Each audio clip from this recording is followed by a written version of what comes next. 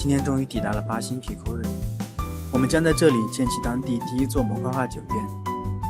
我将用镜头记录下在这里的所见所闻。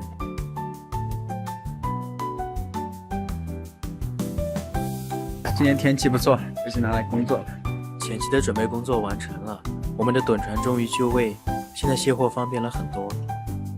同事们晒得更黑了，酒店也基本成型。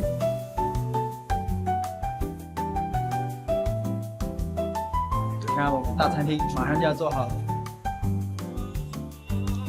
酒店基本完工了，从一开始的草地到如今的样子，皮克瑞酒店凝聚着我们所有人的心血。